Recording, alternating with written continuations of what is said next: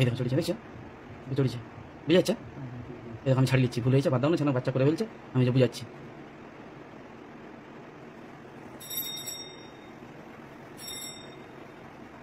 এই সামনে দেখো, একটু সামনে না চোখে একটু,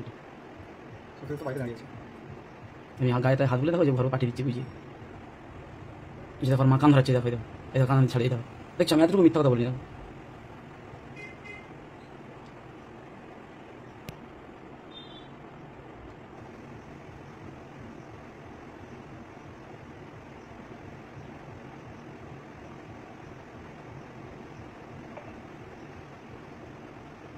বন্ধুরা, 3টা কুরকুরির প্যাকেটের জন্য একটা 13 বছর কি 12 বছরের ছেলে সে মারা গেল।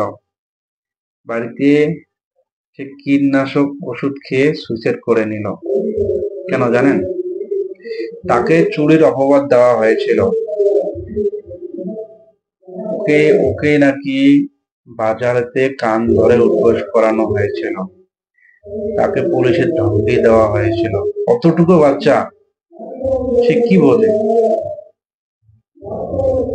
ও নাকি চুরি করে দোকান থেকে কুরকুরি প্যাকেট চুরি করেছে, কিন্তু সিসিটিভি ক্যামেরাতে স্পষ্ট ভাবে দেখা যাচ্ছে যে দোকানের সামনে কুরকুরির প্যাকেট পড়েছিল এবং সেই প্যাকেটটা সে উঠিয়ে নিয়ে এসেছিল বাড়িতে। আমার একটা প্রশ্ন, যে দোকানদারটা বাচ্চাটাকে এত কিছু করলো, তার তো সিসিটিভি ক্যামেরা ছিল না লাগানো, সেটা কি দেখতে পাইনি একবারও? অতটুকু বাচ্চাকে এত বড় শাস্তি দেওয়া হলো, এখন বাচ্চাটা যে মারা গেল তার দায়টা কে নেবে? তার দায়টা কে নেবে? আর দোকানদারটা নাকি আবার সিভিক ভলান্টিয়ার, শিক্ষিত মানুষ। তাহলে ভাবুন আমাদের শিক্ষিত সমাজ বা পরিবেশটা কোথায় গিয়ে পৌঁছে গেছে, যে একটা বাচ্চা ছেলে 3টে কুরকুরির প্যাকেট নিচে পড়েছিল নিয়ে গেছে, তার জন্য তার জীবন দিতে হলো। আপনারা ভাবুন একবার তার মা বাবার অবস্থাটা এখন কি হয়ে গেছে। ভাবুন একবার আপনারা তার মার অবস্থাটা এখন কি। আমি ভিডিওটা দেব, শেষে ভিডিওটা দেব, আপনারা দেখুন আপনারা দেখুন ভিডিওটা, ওর মার অবস্থাটা এখন কি। আর ওর মার কথা বলে আমি বলছি না, যে কোনো মা বাবার ক্ষেত্রে এত বড় একটা ধাক্কা মেনে নেওয়াটা সম্ভব নয়। এবং আমি আজকে প্রতিবাদ জানাই, যে দোকানদার ছিল তাকে কঠোরতম শাস্তি দেওয়া হোক। সামান্য 3টে কুরকুরির প্যাকেটের জন্য যে একটা বাচ্চা ছেলে মারা গেল, তার শাস্তি ওকে পেতেই হবে। এবং আমি সব বন্ধুদেরকে রিকোয়েস্ট করব যে আওয়াজ তোলো সোশ্যাল মিডিয়াতে, এই ধরনের লোকদের শাস্তি দেওয়াটা খুবই জরুরি। কি হয়েছে? 3টে প্যাকেট নিয়ে গেছে, তার জন্য এত বড় ওকে শাস্তি দেওয়া হলো। আমার প্রশ্ন, যে সিসিটিভি ক্যামেরাটা কি একবার দেখতেই পেলেন না, চুরি করেছে কি করেনি? অত কিছু না দেখে বাচ্চাটাকে এত বড় শাস্তি দেওয়া হলো, যে অপমানটা সহ্য করতে না পেরে সে বাড়িতে গিয়ে একটা সুইসাইড নোট লেখে এবং সেখানে বলতে লেখে যে মা আমি চুরি করিনি।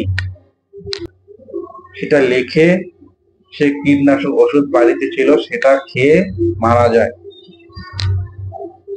তাহলে কতটা ব্যথা পেয়েছিল ছেলেটা। আমি ওই দোকানদারের শাস্তি চাই।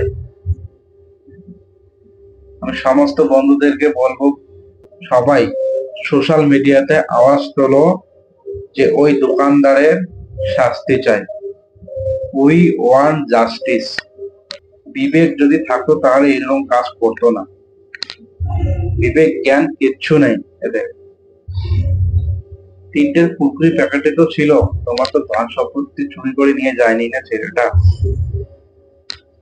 বাচ্চা ছেলে ছিল, একটু কথা একটা দুটো কথা বললে হয়ে যেত।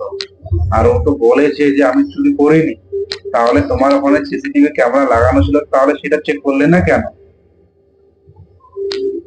তো খুবই খারাপ, খুবই দুঃখজনক।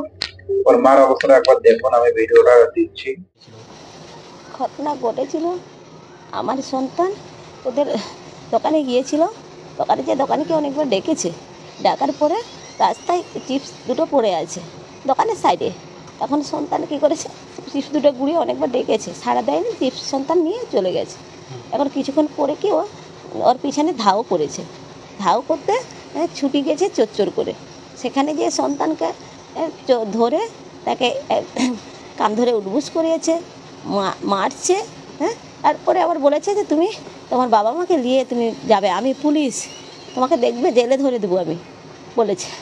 বলে এবারে সন্তান তো আমরা জানি না, একজন এসে বললো যে তোমার সন্তান তাদের দোকানে চিপস একটা নিয়ে চলে গেছে। তা আমি তখন সন্তানকে খুঁজতে গিয়েছি, যে আসতে বলছে মা আমি বাবু তুমি কুরকুরি নিয়ে গেছিলে? বলছে হ্যাঁ আমি গুড়ি পেয়েছি মা। বলে তোমাকে ডেকেছে মা? আমি দোকানে গিয়েছি, দোকানে যেয়ে তখন দোকানিকে বলছে আপনার কাছে কি কুরকুরি নিয়ে গিয়েছিল আমার সন্তান?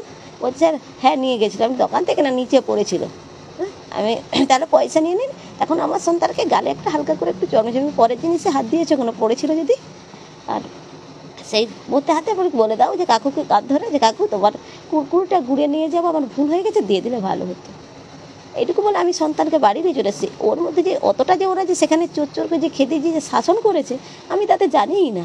বলছি এই যে ধরুন আপনি বলছেন আপনার ছেলেকে শাসন করেছে বা চোর বলেছে, সেই সময় কি মানে আপনারা শুনেছেন বা বিষয়টা দেখেছিলেন? তখন দেখিনি। যখন সন্তানকে তুলে নিয়ে যাই যে মা আমি চুরি করিনি, রেখে গেছি, সন্তানকে যখন জিজ্ঞেস করি সন্তান তখন বলেছে যে আমাকে এই কথা বলেছে, মৃত্যু সঙ্গে পাঞ্জা লড়ছে সন্তান, তখন বলেছে আমাকে সন্তান। আমরা তো জানি না যে এত সন্তানকে কষ্ট দিয়েছে, তাহলে তো আমি সন্তানকে বাড়ি রেখে দিয়ে যেতাম না।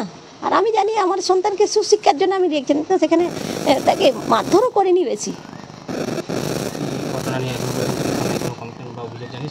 আমাদের মানসিক এখনও দেখছেন তো মানসিক অবস্থা ঠিক নেই, আমরা অবশ্যই ওর শাস্তি চাই, আমরা কমপ্লেন জানাবো।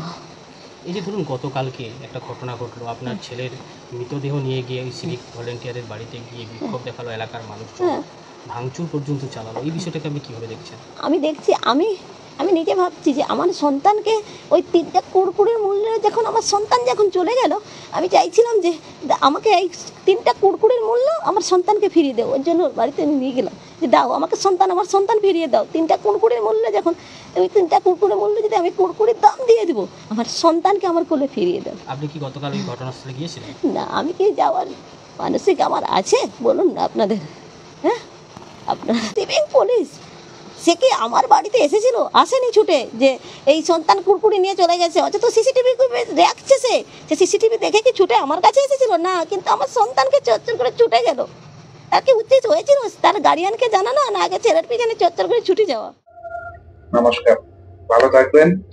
এবং আমার একটাই রিকোয়েস্ট, কোনো বাচ্চা ছেলেকে এই ধরনের আচরণ করবেন না।